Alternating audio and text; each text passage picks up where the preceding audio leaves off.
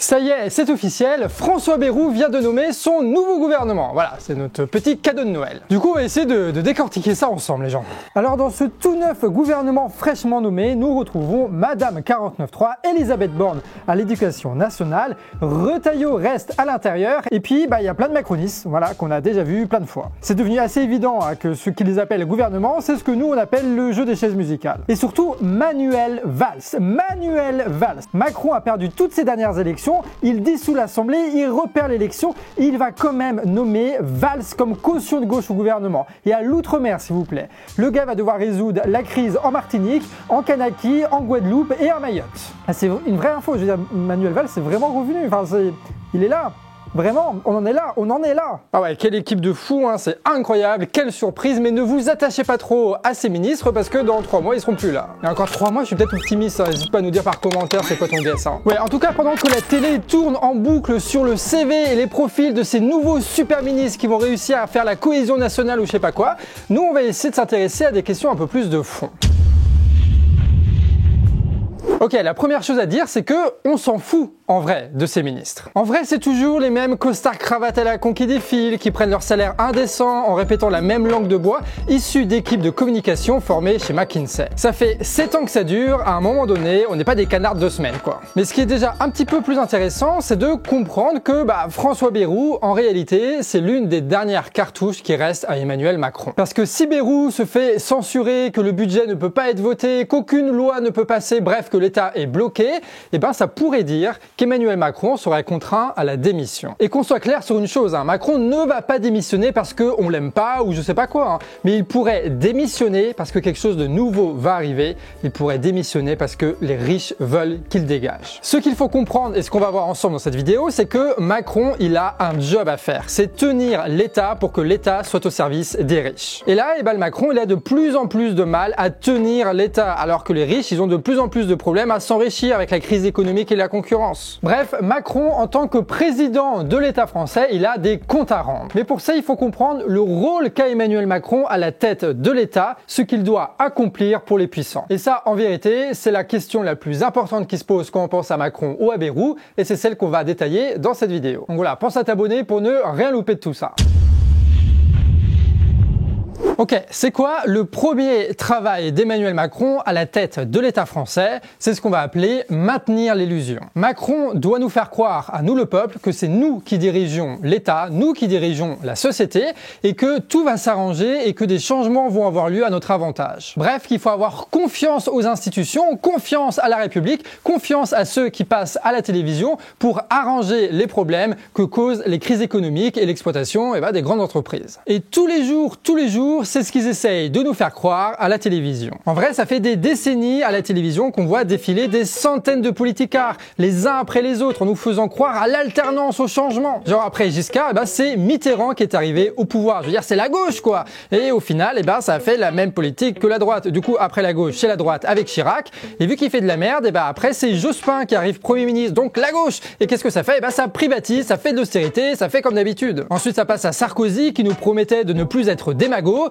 Et lui, il fait quoi? Il sauve les banques pour faire payer le peuple, le tout avec le soutien des grands milliardaires. Et puis c'est François Hollande, donc le retour de la gauche après la droite, après la gauche, après la droite, après la gauche, qui lui promettait de taxer les riches. Et lui, il fait comme les autres, quoi. Et Macron, lui, c'est à la fois la gauche et la droite qui nous promettait du renouveau de la jeunesse, de dégager les vieux dinosaures de la politique. Et aujourd'hui, après 7 ans de mandature et d'échecs, Emmanuel Macron, qui voulait tuer les vieux dinosaures, il a nommé Bayrou Premier ministre. Voilà, François Bayrou. Bon Dieu. Tu sais, c'est comme en 2005, on vote contre la Constitution européenne et Hollande avec Sarko nous l'impose quand même au Parlement. Parce qu'en réalité, la 5e République, elle est très bien faite. Elle fait en sorte que ce soit toujours les mêmes qui remportent l'élection, qui chopent la majorité au Parlement et qui gouvernent avec une alternance pour nous faire croire que les choses vont changer alors que pas du tout. Alors quand on regarde dans les détails, évidemment, ces politiques-là sont pas exactement les mêmes. Giscard, Mitterrand, Chirac, c'est pas la même chose. Mais ces trois-là, ils ont en commun le fait qu'ils ont servi, quoi qu'il arrive, les intérêts des multinationales et des banques et qu'ils ont utilisé l'État pour maintenir leurs profits, pour augmenter leurs profits. Quoi qu'il arrive, ils conservent une société où ce sont les banques et les industriels qui décident. Les seules réformes politiques qu'ils imposent, c'est pas dans notre intérêt, c'est dans leur intérêt. Sauf que là, en vrai, on arrive au bout, quoi. Macron, il n'arrive plus à convaincre qui que ce soit de faire croire que t'as une illusion, que les choses vont changer. On comprend de plus en plus que c'est pas en leur faisant confiance que les choses vont changer. Je veux dire, quand il parle, on a juste envie de le gifler. Lui et sa langue de bois trop usée. Non mais quand même, François Bayrou, on en est là, François Bayrou encore une fois. Avant, il y avait l'alternance, sauf que ça suffisait pas, du coup, ils ont uni la gauche et la droite pour faire une espèce de parti système comme ça avec Macron, sauf que même lui, il est en train de perdre de plus en plus de voix et de soutien. Et le fait qu'on ait de plus en plus à ne plus croire ce cirque-là, c'est dangereux pour les dominants. Parce que si on regarde plus la télévision en se disant que c'est peut-être eux qui vont nous sauver la mise, du coup, on commence à regarder les véritables problèmes et c'est toujours dans la même direction. C'est par là. Là-bas, c'est le quartier de la Défense à Paris. D'où le fait qu'on ait aujourd'hui une majorité à vouloir la fin de la 5e République, c'est-à-dire vouloir une 6e République avec des règles plus démocratiques pour arrêter avec ce système-là. Ce qui avait marché comme sur des roulettes pendant des décennies est aujourd'hui bloqué par la politique d'Emmanuel Macron. L'autre grand rôle de l'État français, c'est ce qu'on appelle la coercition. Voilà.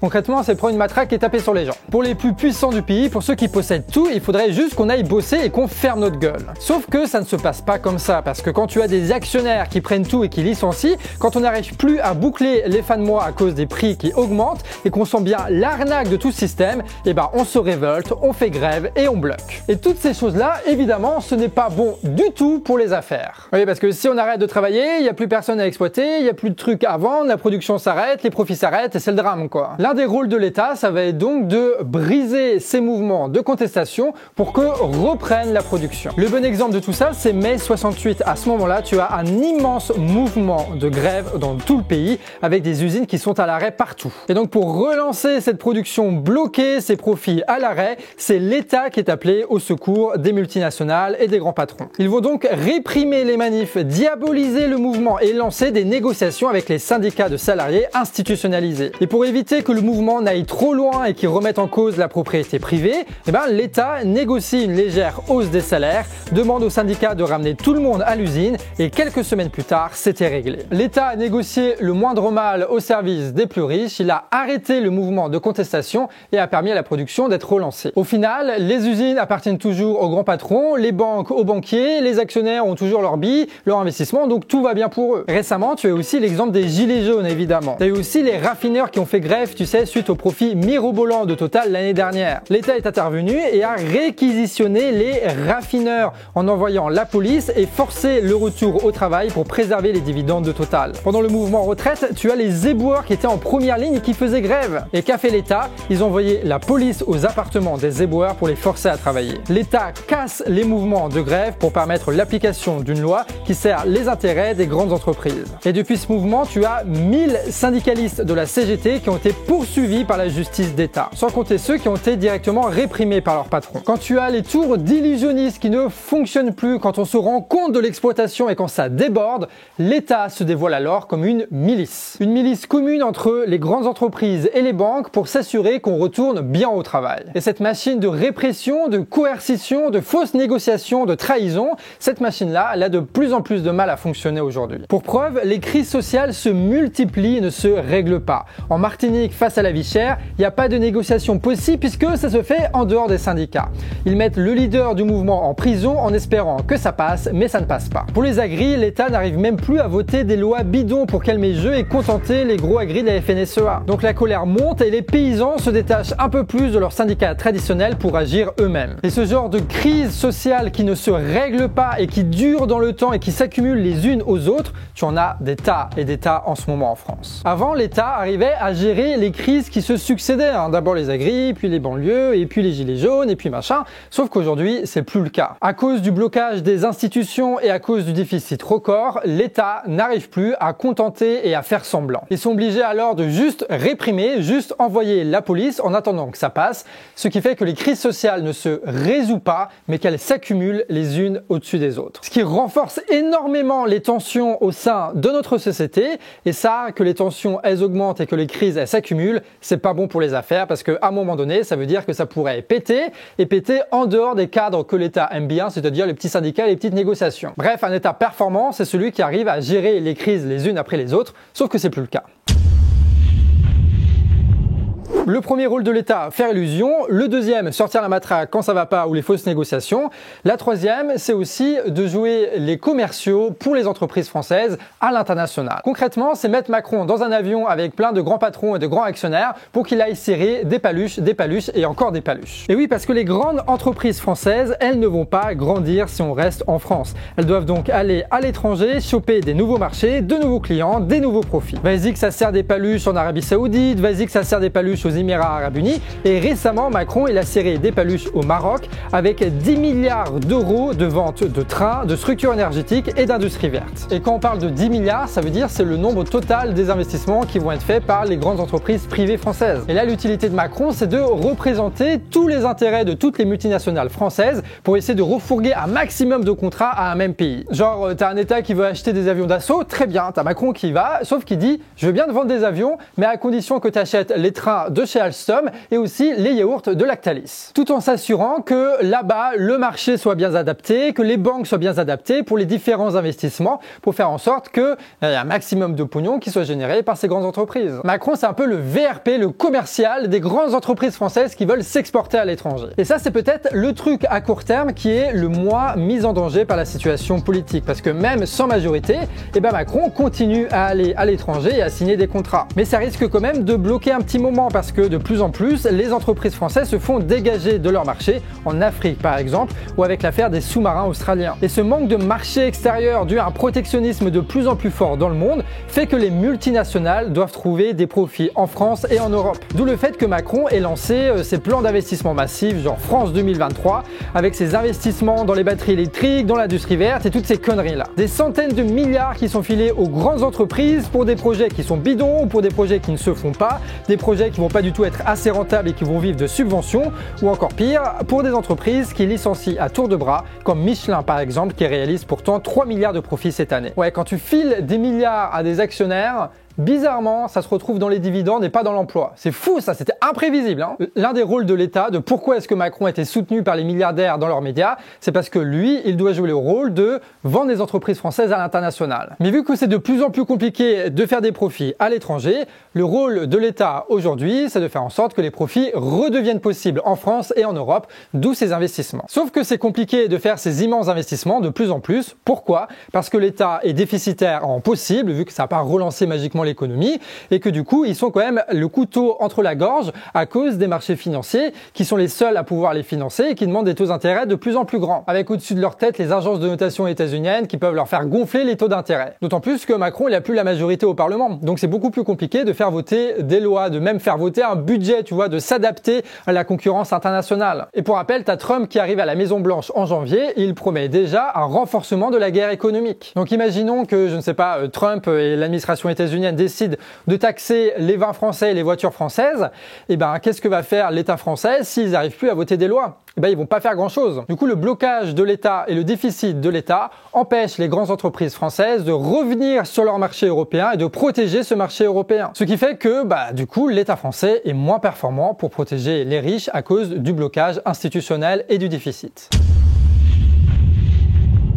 Et le dernier rôle de l'État, c'est celui d'être régulateur. Ça veut dire quoi ? Ça veut dire que parfois, l'économie capitaliste a besoin d'être restreinte, d'être un petit peu contrôlée, d'être bornée, parce qu'en fait, elle va à la catastrophe et que sans l'État pour le faire, tout s'effondre. Et ces régulations, elles vont dépendre du contexte. Alors, le meilleur exemple pour parler de ça, c'est la crise de 1929 aux États-Unis, sur laquelle on avait d'ailleurs réservé pas mal de vidéos. Avant 1929, l'État était très peu présent, parce que les industriels et les banques s'entendaient à merveille et s'alimentaient entre eux dans une folle course à la production qui a rapporté énormément de pognon. Et dans ce genre de cas, l'État s'efface de l'économie et il est dit libéral, parce que tu as des profits, donc il n'y a pas besoin d'intervention de l'État. Jusqu'à ce que ce château de cartes s'effondre en octobre 1929 avec la chute de la bourse, la fermeture des banques, la déflation historique et les licenciements de masse. Et vu que tout se pétait la gueule, personne n'investissait, personne ne faisait des prêts, c'était vraiment le merdier. Le capitalisme états-unien était coincé dans ses propres contradictions, incapable de relancer la machine. C'est donc l'État de Roosevelt qui va remettre en marche la machine économique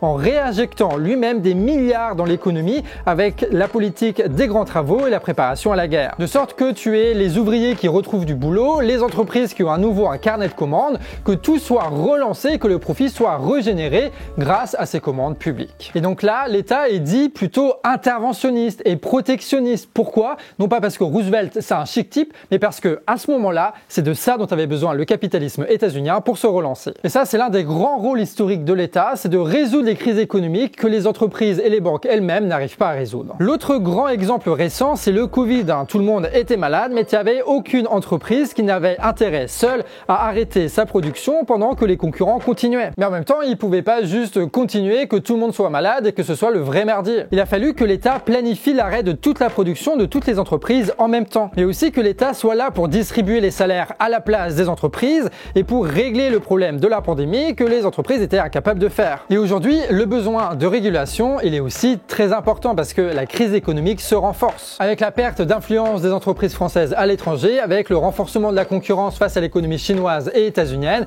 avec l'inflation, avec l'augmentation des prix de l'énergie. Et en plus de ça, la guerre qui approche et qui va permettre aux entreprises de régénérer des profits seulement si l'État met des milliards là-dedans. Il va falloir que l'État régule de plus en plus l'économie, sauf que pour ça, il faut la majorité au Parlement. Et oui, pour faire voter des lois, parce que sinon tu régules pas grand-chose. Si les bourges ont besoin d'une loi pour permettre les investissements, pour permettre de réguler le marché, pour permettre de mieux gérer la concurrence, qui va la voter? Ça fait 6 mois que ça dure, ça commence à devenir long, et là avec François Bayrou, on se rend bien compte que bon, ça va pas s'arranger. Là encore, quand on regarde en détail le rôle de l'État dans l'économie, on se rend compte qu'il est de moins en moins performant. Alors vous me direz peut-être qu'on est parti un peu loin dans notre vidéo, au début c'était Bayrou, et là on parle de tout ça, mais en réalité quand on s'intéresse pas au costard-cravate, mais qu'on s'intéresse plus fondamentalement à l'économie et au rôle de l'État, c'est-à-dire aux choses qui importent, aux choses qui durent dans le temps, et ben là on remarque que l'État, oui, il a des rôles à jouer. Il doit permettre de maintenir l'illusion que c'est le peuple qui dirige, il doit faire en sorte de matraquer les manifestations et de négocier avec les syndicats vendus pour arrêter les mouvements sociaux, il doit négocier à l'international en faveur de ces grandes entreprises françaises pour qu'ils développent leur marché, qu'on appelle d'ailleurs globalement l'impérialisme, et il doit permettre la réglementation et l'investissement massif lorsqu'il y a une crise économique que les grandes entreprises ne sont pas capables de gérer elles-mêmes. Sauf que Macron, à cause de la crise politique, à cause du blocage du Parlement et à cause du déficit record, il arrive de moins en moins à remplir ce rôle-là pour la bourgeoisie. Bref, Macron est de moins en moins qualifié pour son poste. D'où le fait que tu as quelques risques qui veuillent le dégager. Quand on y pense, ça a déjà commencé avec Bolloré, qui critique le président sur ses chaînes poubelles. Mais il n'y a pas que, genre Le Monde, le média géré par Xavier Niel, le gendre de Bernard Arnault,